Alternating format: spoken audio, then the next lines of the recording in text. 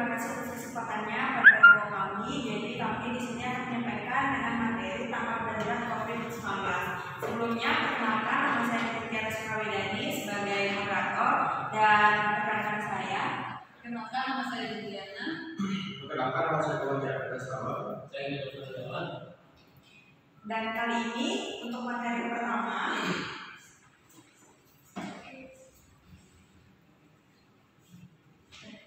materi pertama yaitu kerangka kerja manajemen krisis kepariwisataan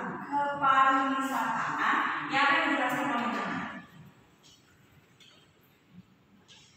Baik, materi pertama akan saya bacakan. Kerangka kerja manajemen krisis kepariwisataan atau disingkat NKK terdiri atas fase-fase. Yang pertama ada kesiapsiagaan dan mitigasi, tanggap darurat, pemulihan dan normalisasi. Fase kesiapsiagaan dan mitigasi merupakan fase ketika kinerja ekosistem pariwisata berjalan secara normal dan berada pada tahapan pra-krisis. Ketika dilakukan upaya kesiapsiagaan dan mitigasi krisis. Selanjutnya ada fase tanggap darurat, merupakan fase krisis yang memerlukan tindakan penanganan sesegera mungkin. Pola tindakan NKK pada fase tanggap darurat dilakukan dengan melakukan asesmen dan pemantauan informasi, membentuk satgas pariwisataan, menjalankan strategi komunikasi, memberikan pelayanan pariwisata, dan melakukan analisis dampak. Berdasarkan analisis dampak krisis pariwisataan, Menteri, Gubernur, dan Bupati atau Wali Kota menyusun strategi pemulihan krisis pariwisataan. Fase pemulihan merupakan fase setelah diputuskan berakhirnya fase tanggap darurat yang berada pada tahapan pasca krisis dan diperlukan upaya pengembalian kinerja ekosistem pariwisata. Selanjutnya ada fase normalisasi, merupakan fase ketika kinerja ekosistem pariwisata mulai diupayakan berjalan kembali secara normal.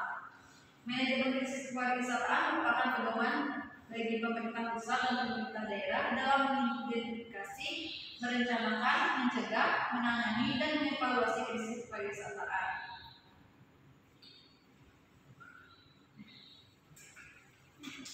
Yang lainnya siapkan pertanyaan ya. Masukkan HP-nya dulu, masukkan HP-nya, fokus pada yang presentasi. Selanjutnya ada pengertian COVID-19. Coronavirus adalah kumpulan virus yang menginfeksi sistem pernapasan pada banyak kasus. Virus ini banyak menyebabkan infeksi pernapasan ringan hingga berat. Coronavirus adalah virus penyebab SARS dan virus penyebab MERS. Disebabkan oleh virus dari kelompok yang sama, yakni coronavirus atau COVID-19. Gejala awal infeksi virus corona atau COVID-19 biasanya menyerupai gejala virus, yaitu demam, pilek, batuk kering, sakit tenggorokan, dan sakit kepala. Setelah itu gejala dapat hilang dan sembuh atau malah memberat. Penderita COVID-19 dengan gejala berat bisa mengalami demam tinggi, batuk berdahak, bahkan berdarah, sesak nafas, atau nyeri dada. Keluhan tersebut muncul ketika tubuh bereaksi melawan virus corona. Ada beberapa gejala lain yang juga muncul pada infeksi coronavirus. Yang pertama diare, sakit kepala, konjungtivitis, hilangnya kemampuan mengenal rasa, hilangnya kemampuan untuk mencium bau, dan ruam di kulit.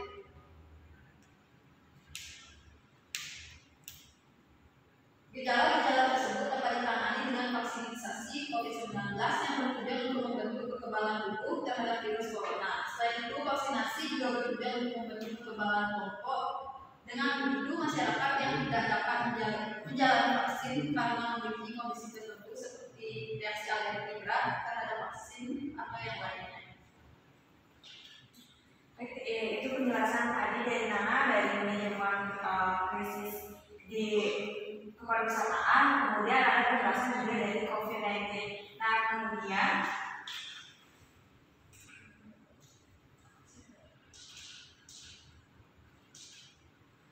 Nah, kemudian ada pun bentuk-bentuk dan upaya tanggap darurat dari pemerintah. Kita kan sudah berlalu nih COVID-19, jadi sudah beberapa kali kita rasakan banyak kali kebijakan-kebijakan yang akhirnya dikeluarkan oleh pemerintah. Seperti misalnya pertama itu adanya lockdown. Nah, lockdown ini atau pembatasan pergerakan di mana pemerintah mengeluarkan perintah stay at home atau lockdown atau pembatasan gerakan untuk mengurangi penyebaran virus. Nah, lockdown ini ada beberapa hal yang ditutup akhirnya, yaitu seperti sekolah, tempat kerja, dan tempat-tempat umum yang biasanya kita beraktivitas berwisata. Dari lockdown ini juga akan menimbulkan adanya WFH, terus kuliah daring, sekolah daring gitu. Terus ada juga peliburan dana darurat. Nah, ini biasanya bergerak di kepemerintahan atau mengalokasikan dana darurat untuk merespon pandemi, termasuk untuk memperluas kapasitas perawatan kesehatan dan memberikan bantuan ekonomi kepada individu dan bisnis yang terkena dampak. Jadi banyak banget ya, salah satunya ada peliburan dana darurat ini pengalaman Masukkan pribadi. HP-nya ya, fokus pada ini. Masukkan ke tas. Pengalaman pribadi saya yaitu saya kebetulan SMA di Bali Mandara, kami dipulangkan semua, kemudian asrama kami itu digunakan untuk yang terkena corona ya, dipakai isolasi. Terus dana-dana yang awalnya dibawa ke sekolah kami itu juga dipangkas untuk didana COVID seperti itu. Kemudian adanya penguatan sistem kesehatan. Nah, ini pemerintah meningkatkan kapasitas sistem kesehatan dengan menambah jumlah tempat tidur di rumah sakit, peralatan medis dan sumber daya manusia yang dibutuhkan. Jadi udah banyak banget ya orang-orang yang terkena penyakit corona ini, kemudian memang di rumah sakit itu membudak pasiennya. Jadi dana itu biasanya dibawa ke sana. Jadi penguatan sistem kesehatan juga tetap harus diberlakukan kayak gitu. Kemudian adanya pengujian dan pelacakan kontak. Nah, upaya ini dilakukan untuk pengujian massal dan pelacakan kontak dilakukan untuk mengidentifikasi dan mengisolasi individu yang terinfeksi. Kemudian adanya kampanye kesadaran masyarakat. Pemerintah melakukan kampanye kesadaran masyarakat untuk mengedukasi masyarakat tentang COVID-19, cara-cara melindungi diri dan pentingnya vaksinasi. Jadi kan himbauan memakai masker, rajin mencuci tangan, itu juga upaya dari pemerintah. Kemudian adanya vaksinasi massal. Nah, pemerintah meluncurkan program vaksinasi massal untuk memvaksin sebanyak mungkin penduduk guna mencapai kekebalan kelompok. Jadi vaksin ini juga salah satu dari upaya pemerintah untuk kesehatan kita semua kayak gitu. Jadi semua lapisan masyarakat sepertinya sudah harus divaksin dan itu sampai ada 4 kali vaksin gitu. Kemudian adanya bantuan ekonomi. Nah, bantuan ekonomi disediakan kepada individu dan bisnis yang terkena dampak ekonomi pandemi, termasuk bantuan tunai, penghapusan pajak dan bantuan lainnya. Mungkin beberapa dari orang tua kita kayak itu sempat di 2 tahun terakhir itu pas corona pajak itu kayak dihentikan kayak gitu. Baru mungkin awal-awal tahun ini sudah mulai lagi kembali pajak diberlakukan. Kemudian kebijakan karantina dan isolasi. Nah, individu yang terinfeksi COVID-19 atau terpapar diharapkan menjalani karantina dan atau isolasi sesuai dengan pedoman yang ditetapkan pemerintah. Kemudian adanya kerjasama internasional. Jadi pemerintah bekerjasama dengan organisasi internasional seperti Organisasi Kesehatan Dunia atau WHO untuk mendapatkan panduan dan dukungan dalam mengatasi pandemi ini. Jadi setiap negara itu memiliki upaya pendekatan yang berbeda-beda. Jadi tergantung kondisi tingkat kesehatan masyarakatnya. Mungkin di Indonesia itu menggunakan kayak jaga jarak, kemudian mencuci tangan, penggunaan sanitizer, terus penggunaan masker juga. Kemudian ada pun langkah-langkah yang dilakukan untuk fase darurat itu akan dijelaskan. Baik, di sini saya akan membawakan materi terkait dengan langkah-langkah yang dilakukan untuk fase darurat. Nah, di sini saya mengambil, kalau tadi itu kan membahas tentang dari bagaimana pemerintah itu bertindak di saat kita terkena dampak dari corona. Nah, di sini saya memberikan langkah-langkah kita bagaimana kita bisa keluar dari situasi darurat corona. Nah, teman-teman bisa lihat di depan untuk mengantisipasi darurat COVID-19. Sebenarnya ada beberapa hal yang dapat kita lakukan. Nah, yang pertama itu kita menjaga kesehatan mental. Nah, menjaga kesehatan mental sangat penting dalam menghadapi fase darurat COVID-19. Nah, cara mencegah mental ini yang saya lakukan semasa darurat COVID-19 itu adalah mengurangi mengkonsumsi berita COVID-19. Kenapa? Nanti kita akan memunculkan suatu yang namanya paranoid atau kecemasan dialami oleh mental kita sendiri. Nah, Oke, silakan. ini sangat ampuh, menurut saya ini sangat ampuh karena di saat saya masih sering menonton televisi, menonton berita pertama itu selalu COVID dan COVID, entah itu perkembangan COVID, korbannya ataupun dan lain-lain. Di sini saya pun untuk keluar rumah aja kadang takut-takutan. Nah, hingga sampai akhirnya saya berpikir bahwa ini tidak baik untuk mental saya. Saya menjaga kesehatan mental saya dengan membatasi terkait dengan informasi COVID. Toh juga berita itu situ aja muter-muter aja tentang perkembangan COVID, korban, terus dan lain-lainnya. Jadi di sini kesehatan mental kita tuh harus benar-benar terjaga agar kita tidak paranoid. Karena banyak juga kasus masyarakat yang paranoid, yang dimana menjadi korban kalau over menerima informasi COVID. Jadi dia tuh bertingkah seolah-olah COVID itu bos rakyat lah seperti itu. Jadi dia nggak ada sesuatu hal positif lagi di pikirannya. Nah, untuk yang kedua itu berhemat dan mengatur keuangan. Nah, dengan cara berhemat di sini kita pasti tentu dapat melewati fase darurat. Teman-teman bisa lihat untuk mencukupi keseharian kita dan dalam fase ini kita tidak perlu panik, cukup membeli kebutuhan sesuai dengan kebutuhan yang diperlukan. Nah, pada saat fase darurat kemarin kan kita sudah dilihatkan bahwa masyarakat sudah mulai ke fase paranoid, terus juga panik, lalu setelah itu panik attack, dan mana masyarakat terlalu menghabiskan uangnya untuk sesuatu hal yang tidak diperlukan sehari-harinya.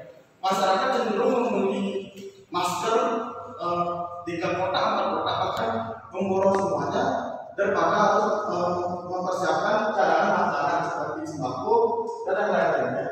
Nah, kita tidak perlu melakukan hal seperti itu. Kita cukup berhemat dan mengatur keuangan kita. Jika memang stok masker kita masih ada, ya udah tidak usah beli. Dan jika memang tidak perlu sesuatu seperti baju, celana, itu tidak usah membeli. Nah, yang ketiga itu ada kaitannya dengan hal yang kedua, jangan gengsi. Jika kita berasal dari keluarga yang kurang mampu ataupun terkena PHK keluarga kita, kepala keluarga kita, dan kita bisa mendaftarkan diri kita ke dalam kantor desa atau untuk diinput sebagai penerima bantuan pemerintah. Dan di sini kan ada juga pemerintah menyalurkan bansos atau bantuan sosial. Nah, kita jangan gengsi jika keluarga kita itu kurang mampu. Kita daftarkan saja diri kita dengan membawa kakak, ataupun jika kepala keluarga kita mengalami PHK, kita bisa membawakan bukti. Karena apa? Karena di sini bantuan bansos itu kan diperuntukkan untuk yang benar-benar tidak mampu. Jadi jika kita merasa tidak bisa melewati fase darurat ini dengan dana kita sendiri, kita jangan gengsi. Jangan mengatakan tetangga kita yang mau ngomong apa itu, jangan, karena gengsi ini menjadi faktor juga yang kemarin banyak orang yang tidak mampu tapi gengsi untuk mendaftarkan diri sebagai penerima bantuan dari pemerintah. Nah, yang keempat, memanfaatkan hal kecil. Nah, pada saat fase darurat kemarin kita kan sudah melek dengan teknologi seperti itu.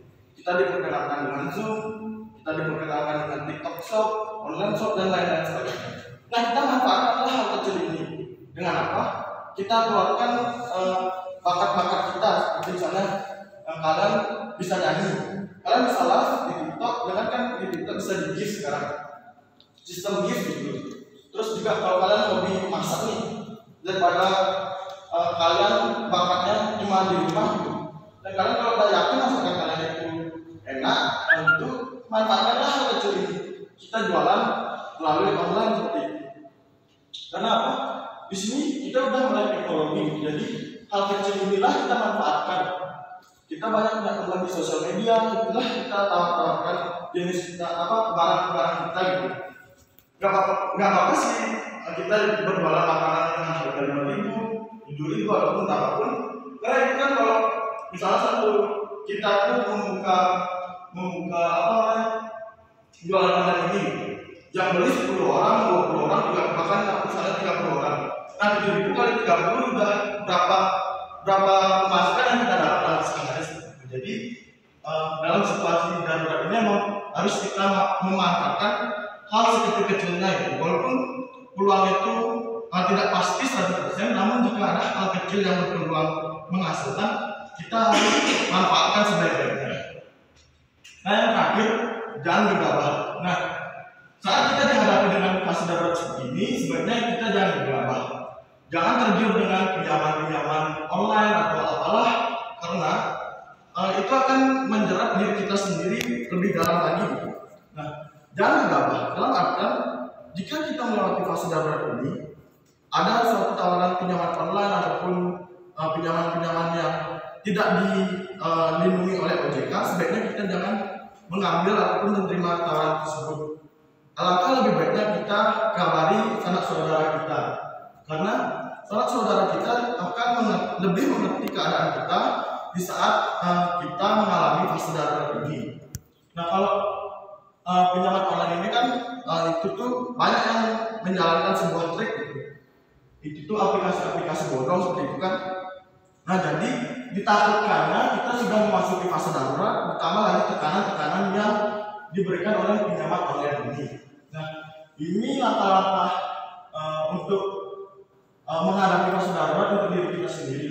Nah ada lagi langkah-langkah untuk para pelaku usaha itu, di mana pertama itu bisa mengadakan event online seperti itu. Nah seperti sebelumnya saya pernah mengikuti event online yang dimana event tersebut merupakan kompetisi Mobile Legends. Nah di sini pihak pariwisata itu kan sudah masuk fase darurat COVID, dia tidak ada pemasukan. Nah di sini dia mencari pemasukan dengan cara membuat event ini.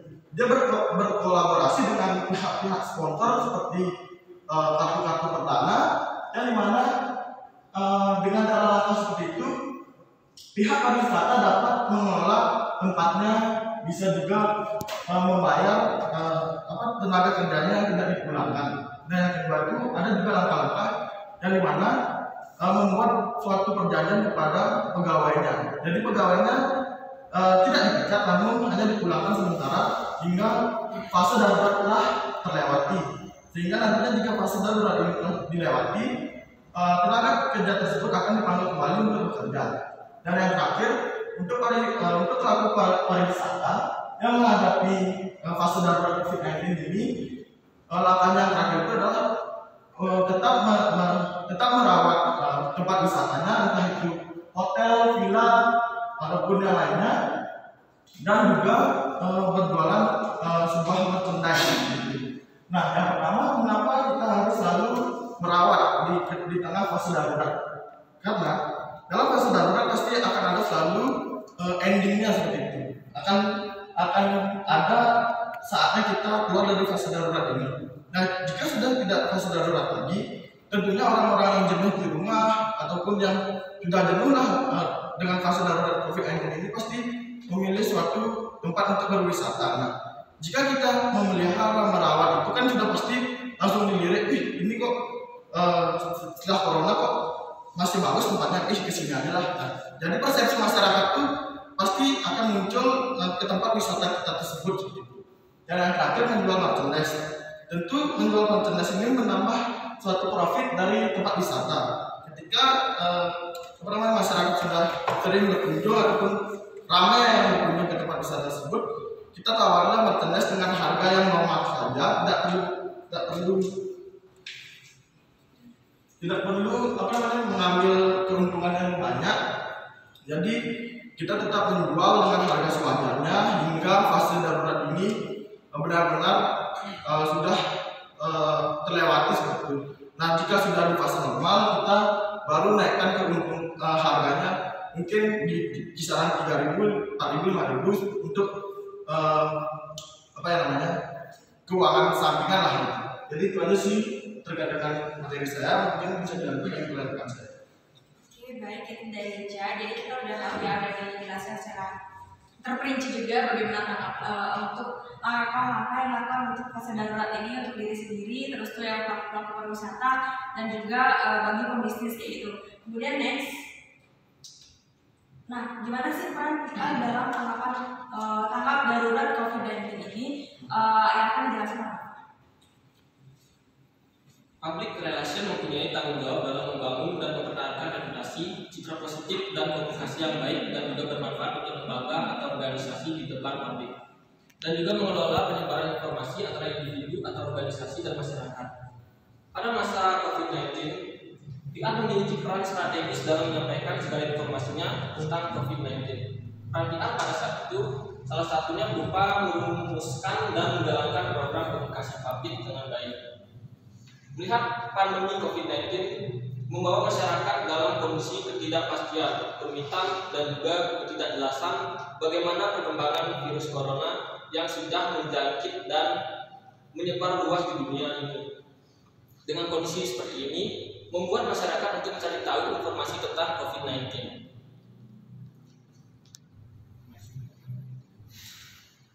Maka dari itu, PR akan segera menyebarkan informasi ke publik dengan secepatnya. Untuk pesan dan informasi yang disampaikan oleh praktisi PR akan membuat masyarakat menjadi lebih tahu apa yang perlu dilakukan dan bagaimana cara menyikapi pada masa pandemi COVID-19. PR juga harus menjalin hubungan baik dengan media massa, karena itu merupakan salah satu aspek penting bagi PR pada masa pandemi COVID-19. Media yang menjadi pengabar hal baik dengan menyebarkan informasi baik dan menjadi penghibur yang baik yang memberikan hiburan bermanfaat bagi masyarakat, yang membantu dan mendorong masyarakat melakukan sesuatu hal yang dapat menjadikan pilihan PR dalam membantu media untuk menyampaikan segala informasi. Karena mengingat social distancing yang masih terus diberlakukan oleh pemerintah guna untuk memutus penularan wabah virus corona saat ini. Terkait pada peran public relation di masa pandemi COVID-19, PR juga harus mampu beradaptasi dengan segala perubahan yang ada agar dapat mengatasi setiap permasalahan dan harus fokus terhadap sesuatu yang dapat dikendalikan.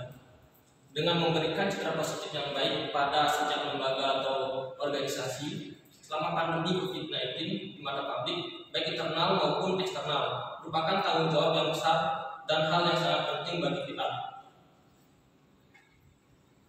Siapkan pertanyaan ya, rekan-rekan mahasiswa yang lain. Oke, sekian materi yang telah kami paparkan. Jadi bagi rekan-rekan yang ingin bertanya, kita buka sesi diskusi untuk yang sesi pertama. Kita buka sesi pertama untuk 3 orang penanya. Bisa langsung acung tangan. Oke. Baik, terima kasih atas kesempatannya. Jadi pertanyaan saya terkait dengan peran PR sebagai contoh dulu ya. Jadi saat pandemi COVID itu kan kegiatannya ada sangat darurat. Nah, pada saat itu keluarga saya atau bisa dibilang itu kalau di istilah palingnya nyamuk. Nah, dia itu sakitnya itu sesak. Nah, kemudian karena sudah kondisi umurnya sudah tua juga, akhirnya dia dibawa ke rumah sakit. Nah, sesampainya di rumah sakit dia malah dikatakan bahwa mengidap COVID-19. Nah, setelah tidak diizinkannya keluarganya untuk berkunjung ke sana dan tidak ada yang menanganinya, kemudian dia meninggal. Nah, setelah meninggal dia dikremasi. Nah, dikremasinya itu kan dia tidak boleh disentuh. Kemudian setelah dikremasinya itu malah dikatakan atau ada surat lagi dari rumah sakit tersebut bahwa dia sebenarnya tidak kena pandemi. Itu kan menjadi penyesalan untuk keluarga saya. Jadi yang contoh yang kedua bahwa dikatakan pandemi itu merupakan isu-isu orang besar untuk mendapatkan cuan seperti itu. Jadi kan ada juga isu yang mengatakan bahwa ketika pandemi itu obatnya banyak, jadi itu yang menyebabkan dia meninggal. Kemudian yang kedua diisukan bahwa saat orang tersebut sakit itu ada organ yang diambil. Nah itu mohon maaf entah matanya atau jantungnya atau bagaimana. hal tersebut juga menimbulkan isu sehingga masyarakat tidak percaya terhadap pemerintah dan juga lembaga, dan juga dikatakan bahwa ini merupakan sebagai perantara daripada orang-orang besar untuk mendapatkan uang atau cuan. Nah, kira-kira bagaimana sih peran PR untuk mengatasi hal tersebut sehingga masyarakat kembali kondusif untuk percaya kepada lembaga, kepada pemerintah, dan juga mengikuti himbauan-himbauan seperti vaksin. Dan kita lihat sampai sekarang juga masih ada orang yang tidak mau divaksin. Bagaimana kira-kira langkahnya? Oke, baik dari saudara. Mungkin saya ulang kembali atau pertanyaannya. Jadi lebih tepatnya kayak bagaimana langkah-langkah PR untuk menanggapi dari berita-berita yang telah terjadi seperti itu untuk dan mengembalikan kepercayaan masyarakat kepada pemerintahan seperti ya. Mungkin ada yang mau bertanya lagi? Masih untuk 2 orang. Silahkan, lagi 2 orang, gunakan kesempatan ini dengan baik.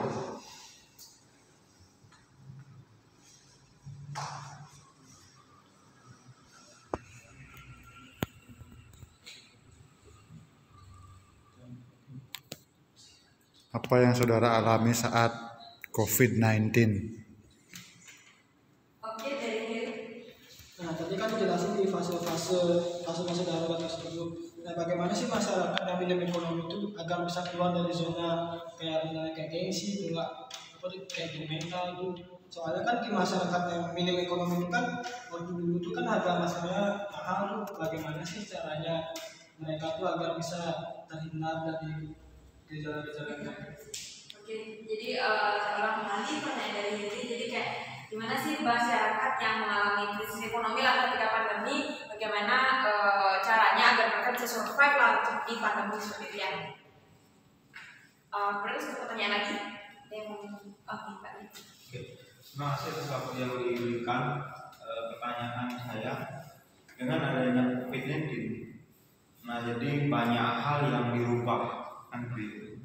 Nah, salah satunya adalah dengan COVID-19 itu cenderung masyarakat diarahkan kepada aktivitas online kan seperti itu ya.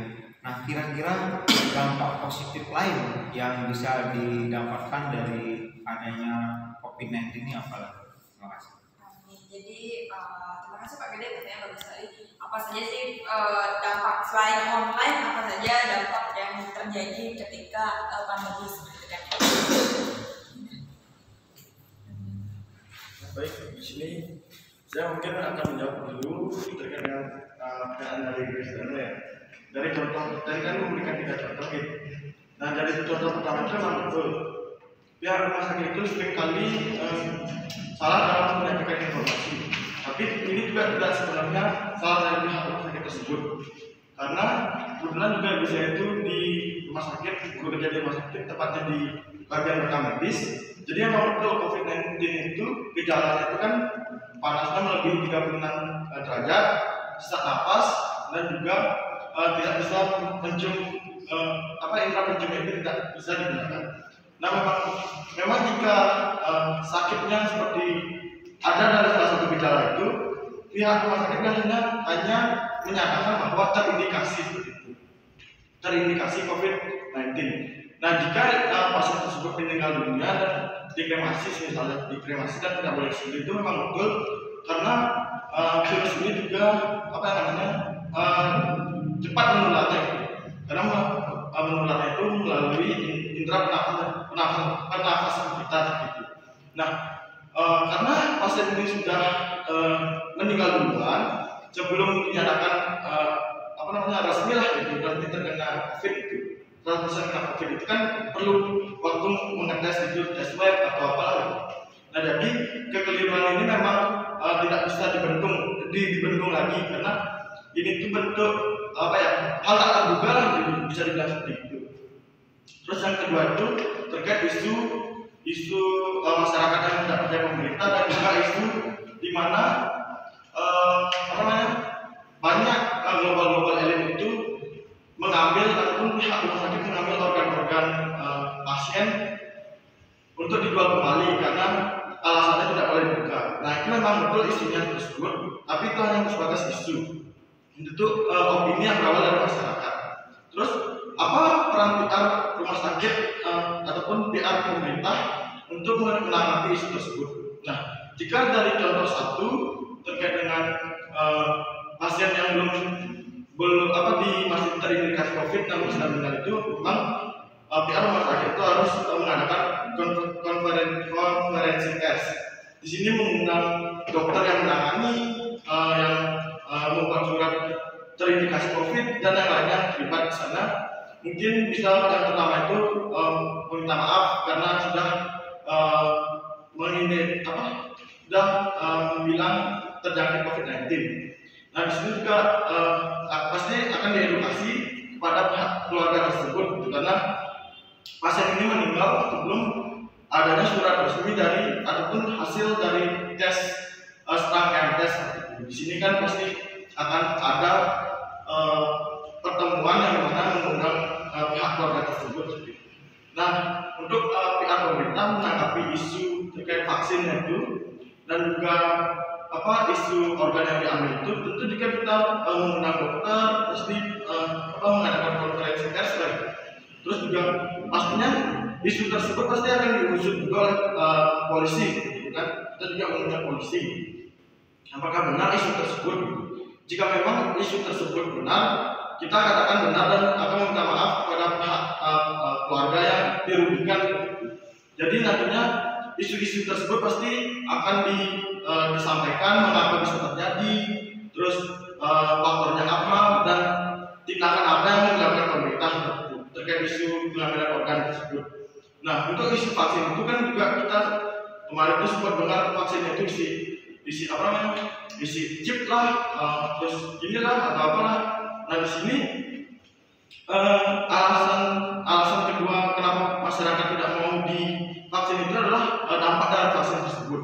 Nah, di sini pemerintah juga harus menjelaskan memang bahwasannya kita pasti terkena dampak vaksin tersebut, entah itu panas, meriang ataupun yang lain-lainnya, sebab vaksin ini kan baru masuk ke tubuh kita. Sama dengan kita, sesuatu yang baru masuk ke tubuh kita, karena kita baru pertama kali makan seblak. Padahal kita buat makan pedas, pasti kita bakalan kepedasan terkait dengan makanan seblak tersebut, gitu kan. Nah, jadi di sini perlu adanya yang terutama itu adalah konferensi pers, gitu, dengan tetap mematuhi protokol kesehatan, misalnya jaraknya itu diatur, terus memakai masker dan tetap menjaga jarak. Jadi itu yang pertama sih konferensi pers, gitu kan. Dan mengundang media sebagai bukti bahwa kasus ini sudah ditangani seperti itu. Jadi tidak ada lagi simpang siur dari masyarakat. Itu kasus itu konten rakyat, ini kasus ini konten rakyat. Jadi dengan adanya konferensi pers ini, segala masalah pasti akan sudah diselesaikan seperti itu. Jika memang masalahnya belum ditemui, nantinya pasti ada konferensi lanjutan untuk memberikan kesimpulan terkait isu tersebut. Mungkin jawaban saya sedikitnya.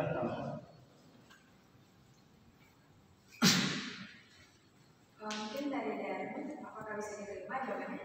Atau mungkin dari rekan-rekan lain yang ingin menambahkan? Tidak ya. Oke, jadi itu saya terima. Oke, baik. Udah. Terima kasih. Baik, untuk pertanyaan dari bagaimana agar masyarakat dapat keluar dari zona gengsi dan dapat survive di kondisi krisis? Menurut saya sih kita harus buang-buang gengsi kita, apalagi di kondisi yang seperti itu kan. Kita sendiri tahu kondisinya seperti apa, mencekamnya seperti apa, bahkan pikiran kita pun kalah kabut seperti itu. Nah, kita bisa memanfaatkan yang namanya media sosial.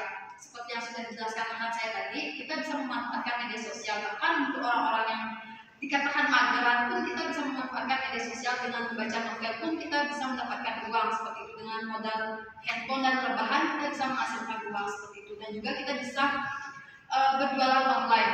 Dengan berjualan online pun kita bisa hanya mempacking barang, mengirim, dan kita mendapatkan uang kayak gitu. Nah, jadi kita di sana berusaha memanfaatkan dan menggunakan fasilitas yang sudah disediakan seperti media sosial, online shop seperti itu. Jadi kita bisa memutar otak kita bagaimana cara kita menghasilkan uang. karena kita nggak bisa keluar dan bekerja kan, jadi kita bisa memanfaatkan aplikasi-aplikasi yang bisa menghasilkan uang seperti itu. Jadinya kita tidak akan mengalami krisis.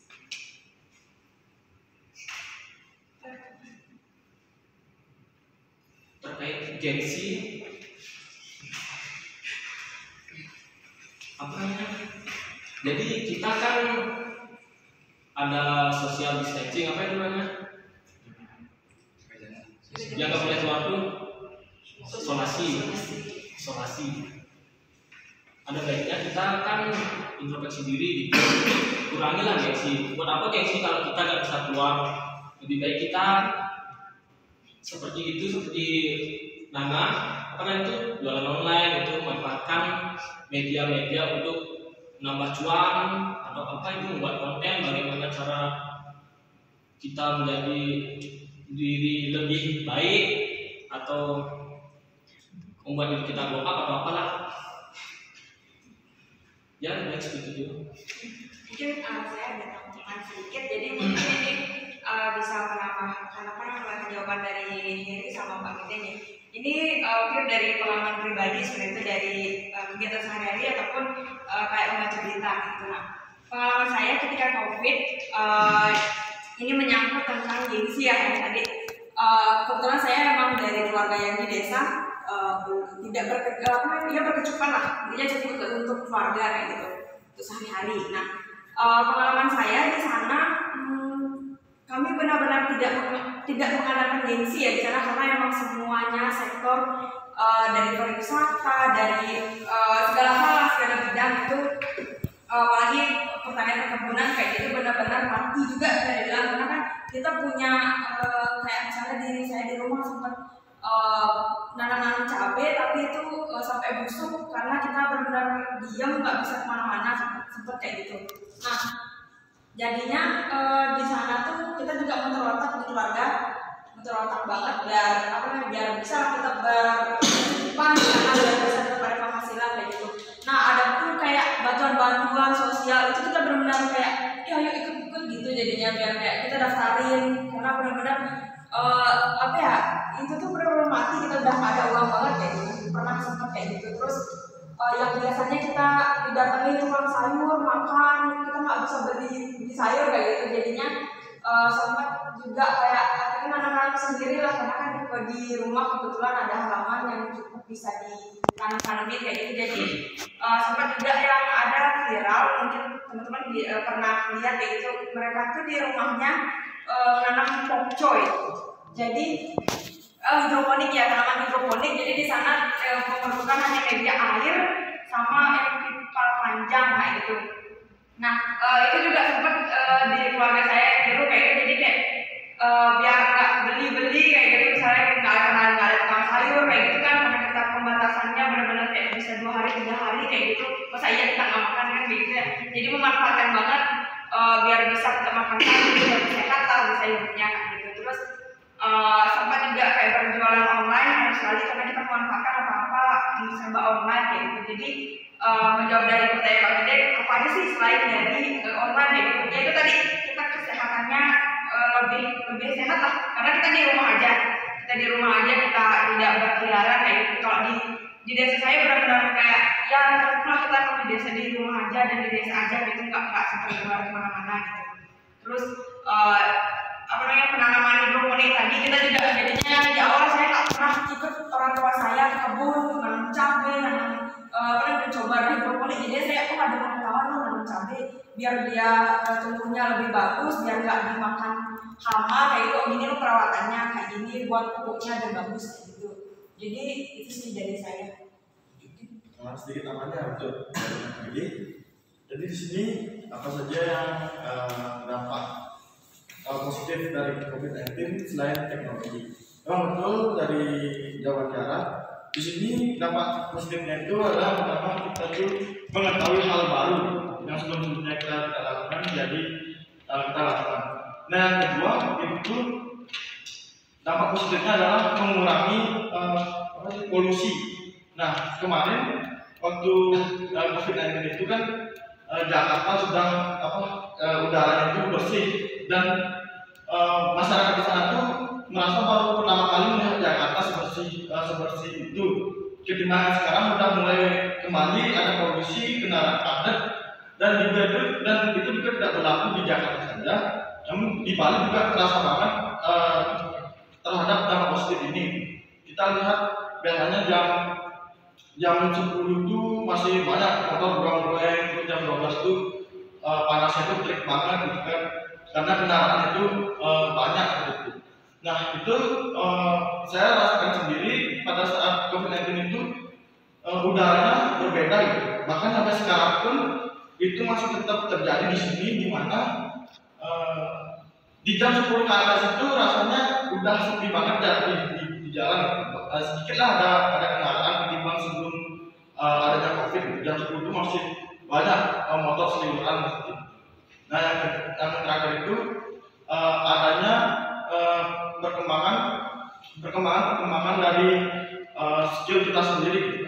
Jadi kita tuh di rumah tuh daripada bosen, mending kita coba ngelakuin ini, bisa cuan. Jadi itulah dampak positifnya dampak positif dari COVID-19. Tapi sebelum saya tutup, mungkin tadi ketinggalan satu ya dari pertanyaan sebelumnya, bagaimana membuat masyarakat itu percaya dengan vaksin. Dan di sini kita jangan hanya sekedar vaksin, jangan begitu. Ada juga vaksin tapi kantongnya hasil vaksin itu belum lalu 1-2 hari ya. Soalnya kan vaksin ini baru tuh masuk ke tubuh kita gitu. Mungkin itu dikasih tahu juga apa dampak efek sampingnya. Terus apa juga isu chipset lah atau itu alat pendampingan itu juga kita pakai gitu. Terus kita juga beri sedikit pengetahuan karena pemerintah kan cuma ngasih pamflet ada vaksin gitu, tapi kita juga main sebelum vaksin maksudnya apa lalu ya istilah produktif lah. Nah yang belum belum tadi jadi itu sih. Terus juga ada influencer gitu, juga soal influencer ya itulah ya ini namanya. Sedikit saja dari paling tidak ini dampak positifnya kan. Yang pertama itu kita dapat ada skill, yang kedua kita dapat berkembangnya protokol kesehatan di bidang pariwisata, yang ketiga adalah polusi udara di sekitar daerah-daerah wisata tersebut, yang kelima adalah yang keempat yaitu berbenahnya sektor-sektor pariwisata sehingga kedepannya dapat lebih baik lagi. Sepertinya contohnya ketika dalam sektor pariwisata itu masih ada kekurangan atau bangunan yang belum jadi, bisa diakomodir kembali sehingga itu dapat jadi dan diterapkan menjadi sektor pariwisata yang baru. Kemudian yang kelima yaitu kita dapat mengembangkan kebiasaan-kebiasaan baik dalam diri kita sehingga kita dapat mengajak orang lain untuk mampu atau bersama mengembangkan dan menjaga protokol kesehatan. Saja. Terima kasih Dharma. Itu jawaban dari Pak Kami dan Taman dari Sunanu. Maka dari apakah bisa diterima? Bisa. Ini sekalian ya kita jawab kayak gitu. Baik, karena sudah cukup materi pemaparan materi dari kami dan itu dari pertanyaan sudah kami jawab juga. Mungkin bisa saya simpulkan bahwa COVID-19 ini tidak serta-merta memberi kita pembelajaran juga ya. Jadi nggak cuma hal negatif yang kita dapat, nggak cuma yang diam di rumah, tapi ternyata kita masih bisa ngelakuin yang hal-hal positif yang kita dapat, yang mulai kita dari ternyata diri kita lebih sehat, kemudian itu berdampak besar juga di lingkungan kita lebih sehat kayak gitu, dan ide-ide kreatif juga ternyata bermunculan dari berbagai banyak orang kayak gitu. Nah, sekian dari pemaparan materi dari kami punya Pak Om Santi. Berikan aplaus yang meriah. Silakan duduk.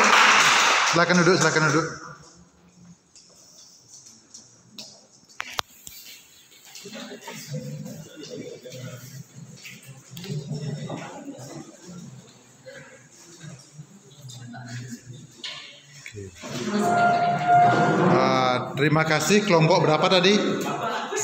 Kelompok 2. Berkaitan dengan kondisi darurat pada saat COVID-19.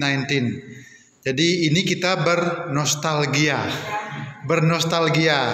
Jadi kita adalah orang-orang terpilih. Kita mampu melewati COVID-19 ini. Jadi kita orang-orang terpilih, bersyukur sekarang kita manfaatkan dengan baik. Kita sudah selamat dari wabah yang sangat dahsyat ini. Jadi sekarang kita manfaatkan kesempatan ini untuk lebih berguna untuk kemanusiaan, kehidupan ini. Jadi sektor pariwisata terpuruk sekali selama hampir 2 tahun ya, 2 tahunan. Sangat terpuruk, lebih terpuruk dari bom Bali. Ya, 2 tahun bayangkan. 2 tahun tidak ada pemasukan, masyarakat yang hidup di sektor pariwisata kembali ke desa, di sana mengolah lahannya, untung masih punya lahan, karena ada yang sudah menjual habis lahannya, karena terpengaruh gaya hidup pariwisata yang cenderung mewah, konsumtif, elit.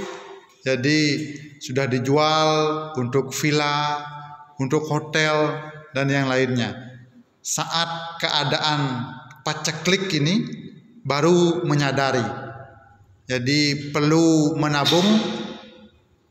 Bapak punya teman baru merasakan susahnya saat pariwisata ini terpuruk. Karena biasanya 1 hari itu 1 juta sudah bersih kita dapatkan driver. 1 hari itu sudah mungkin nggak nyampe 1 hari sudah bisa santai. Tapi saat pandemi ini 2 tahun ini beli rokok pun nggak bisa. Ya, itu yang terjadi. Jadi PR sudah melakukan di bidang pariwisata, pemerintah sudah melakukan kerjanya dengan baik, bagaimana menyampaikan bahwasanya pentingnya vaksinasi. Sudah dijelaskan bagaimana jika kita tidak vaksin, saat vaksin apa yang akan terjadi pada tubuh kita, kan sudah diketahui itu bersama. Sudah diketahui, saudara sudah vaksin semuanya? Gimana reaksi di awal? Panas. Enggak kenapa-kenapa. Jadi sama seperti ibunya Bapak. Tidak kenapa-kenapa, biasa-biasa saja. Ya. Entahlah apa penyebabnya. Jadi padahal kan sudah tua ibunya Bapak, tapi Bapak tanya gimana setelah vaksin? Biasa gen, ya. Biasa gen, berarti ya syukurlah ya. Jadi ada yang panas dan bahkan ada yang nggak bisa bangun ya, saking kerasnya efek vaksin itu. Tapi yang penting kita sudah melewati itu, dan sekarang pariwisata sudah pulih kembali. Jadi pastikan tidak melupakan petani juga. Ya, saat COVID itu hampir semua orang bertani, berdagang, sekarang kembali lagi ke pariwisata. Jangan lupakan petani. Ya, jangan saat-saat paceklik aja ingat bertani, sedangkan sekarang dilupakan. Beras sudah mulai mahal sekarang. Berapa? 15.000 per kilo. Bayangkan. Ya, itu kualitas yang beras Beras osing. Ya, 15. Yang biasa 13. Jadi kita masih tergantung dengan makan nasi. Nggak bisa perut ini kenyang dengan makan roti. Nggak bisa, belum bisa. Jadi jangan sampai melupakan petani ini. Saudara tahu apa kepanjangan petani?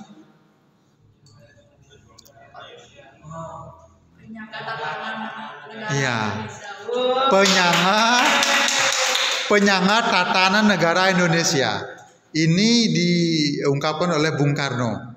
Jadi jangan sampai penyangga tatanan negara Indonesia ini terlupakan, hanya menjadi ban serep saat sektor pariwisata ini mengalami pandemi COVID-19 ini. Jadi tetap dukung pertanian meskipun kita fokusnya di Bali ini pariwisata. Mungkin itu untuk kelompok yang sudah presentasi yang bisa Bapak tambahkan. Selanjutnya kelompok berapa? Kelompok 3. Masih memungkinkan waktunya ini? 40 menit. Bapak rasa cukup untuk satu presentasi. Silahkan maju kelompok yang selanjutnya.